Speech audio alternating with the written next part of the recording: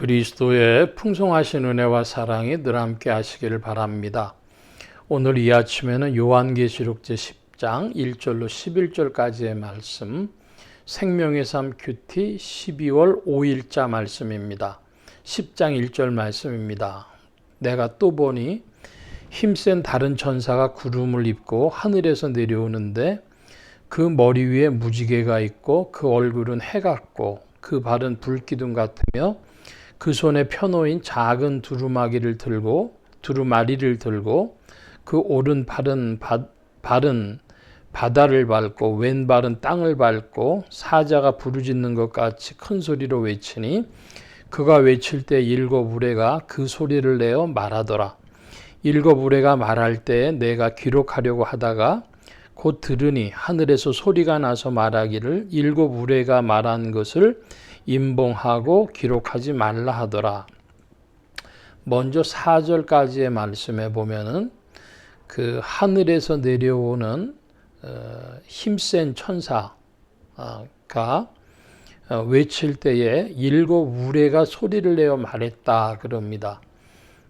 제가 요한계시록을 공부하면서 이제 모은 여러 자료들 중에는 일곱 우레에 관한 말씀들을 다룬 여러 책들이 있고 제목 자체를 일곱 우레라 그렇게 이제 쓴 책들도 있었습니다.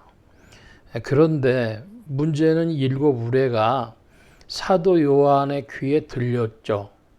영적 체험입니다. 신령한 체험이라고 할 수 있는데 그 체험을 했는데 하늘에서 소리가 나서 말하기를 일곱 우레가 말한 것을 임봉하고 기록하지 말라 그랬습니다. 여기에 모순이 있죠. 뭐냐 하면 지금 사도 요한이 이제 성령에 감동돼서 보고 듣고 느끼게 되어진 것들인데 하나님께서 그것을 듣도록 허락하셨습니다. 그런데 기록은 하지 말라고 하셨습니다. 이것까지를 기록으로 남겼습니다. 그러니까 우리가 일곱 우레에 관한 것은 하나님이 기록하지 말라고 하셨으니까 우리가 알 수 없는 내용이다.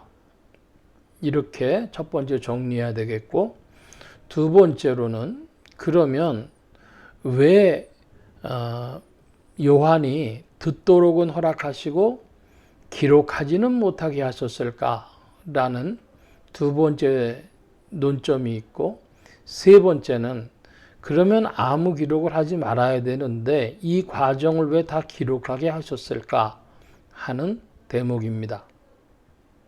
하나님이 우리에게 뭔가 전해주셔야 되는데 다 전해주실 수 없는 것 있죠. 자, 그러면 이거를 좀 확장해서 보면 무엇과 같으냐 하면 요한계시록 책 전체와도 관련이 있다고 하겠습니다. 요한계시록에 대해서 존 칼빈이 이제 성경 해석을 할 때에 요한복음 3장까지를 주로 강해를 하고 그 다음은 잘 하질 않았습니다. 그러니까 분명히 하나님이 우리에게 요한계시록을 주신 게 분명한데 그 내용을 알지 못하게 하실 거면 못하러 주셨을까? 이런 질문이 된다는 것입니다. 범위를 좁게 이야기하면 일곱 우레에 관한 얘기요. 그것을 좀 더 확장해서 넓게 본다면 요한계시록 전체가 그렇다는 것입니다. 그러므로 요한계시록 전체가 마치 인류사의 종말에 관한 이야기를 다 적어주셔가지고 이제 7년 대환란이 시작되고 3차 대전이 일어나고 이렇게 보는 것은 간단히 말하면 교만한 해석이다. 이렇게 말씀드리겠습니다.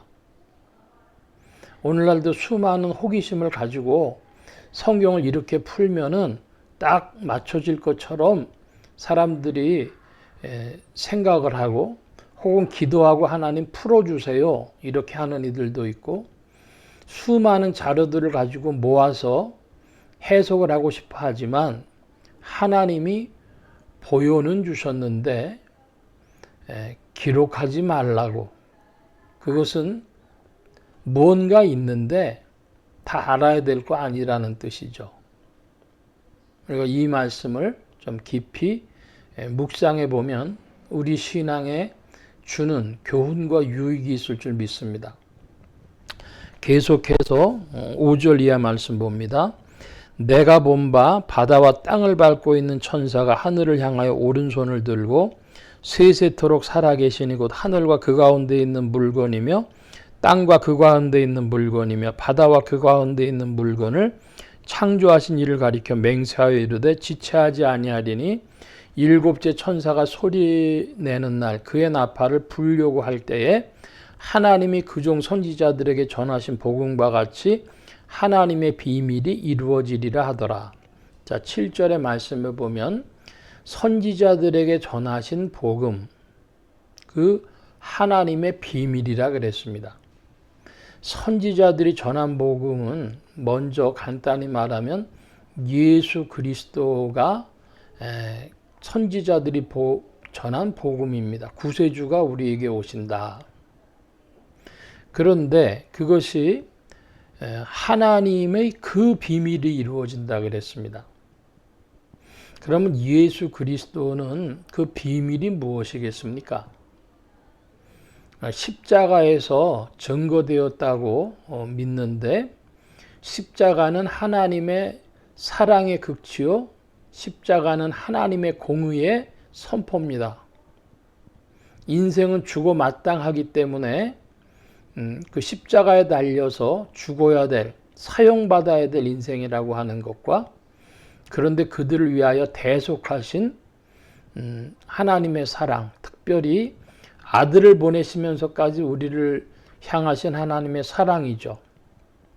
그러므로 하나님의 비밀은 하나님의 사랑과 하나님의 공의, 이 사랑과 모순의 충돌과 이것을 표현하는 것이, 성취하는 것이 거룩이라고 하는 비밀이 되겠습니다. 우리가 다 헤아릴 수 없는 것이기 때문에 비밀입니다. 하나님의 거룩은 사랑과 공의요, 그것의 충돌이요, 그것의 모든 성취입니다. 하나님의 그 비밀.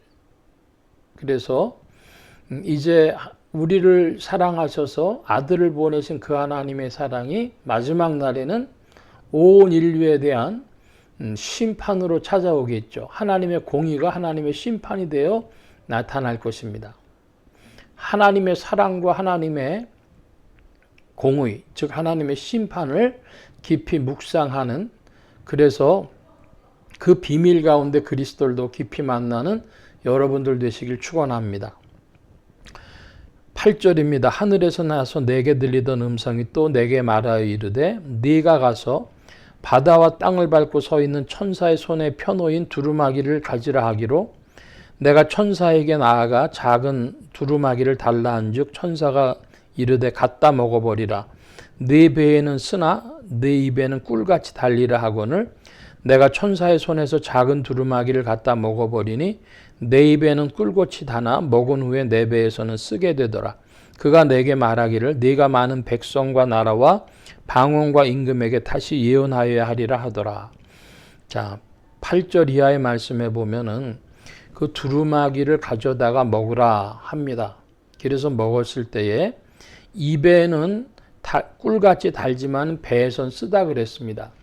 그러니까 참 입에 단 말씀, 그러니까 우리 영혼에 복된 말씀, 기쁨이 되는 말씀인데 그것이 소화되어지는 데는 쓰다, 그러니까 굉장히 고통스럽다 이것이죠.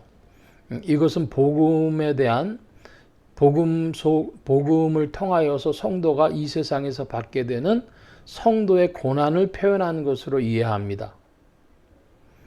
그러니까 말씀은 우리에게 찾아와서 그 말씀대로 살아가려고 하면 성도의 고난이 되어지는 것이죠. 그러나 그 본질은 주께로부터 온 것입니다. 자, 여기 이제 오늘의 가장 큰 주제가 있는데요. 그것은 뭐냐 그러면 이 힘센 천사가 누구냐 하는 것입니다. 그 힘센 천사에 대해서 1절을 표현할 때에 성경학자들은 이것은 예수 그리스도에 관한 다른 표현으로 봅니다. 그런데 2절에 보면 그 오른발은 바다를 밟고 왼발은 땅을 밟았다고 하고, 또 5절의 말씀에 바다와 땅을 밟고 서 있는 천사라 이렇게 표현하고 있습니다.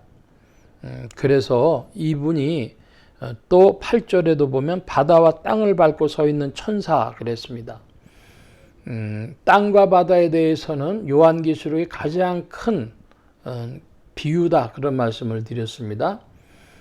땅은 사람이 살 수 있는 곳, 믿음의 세계, 그리고 바다는 위험스러운 것, 이 세상에 대한 표현이라는 말씀을 드렸습니다.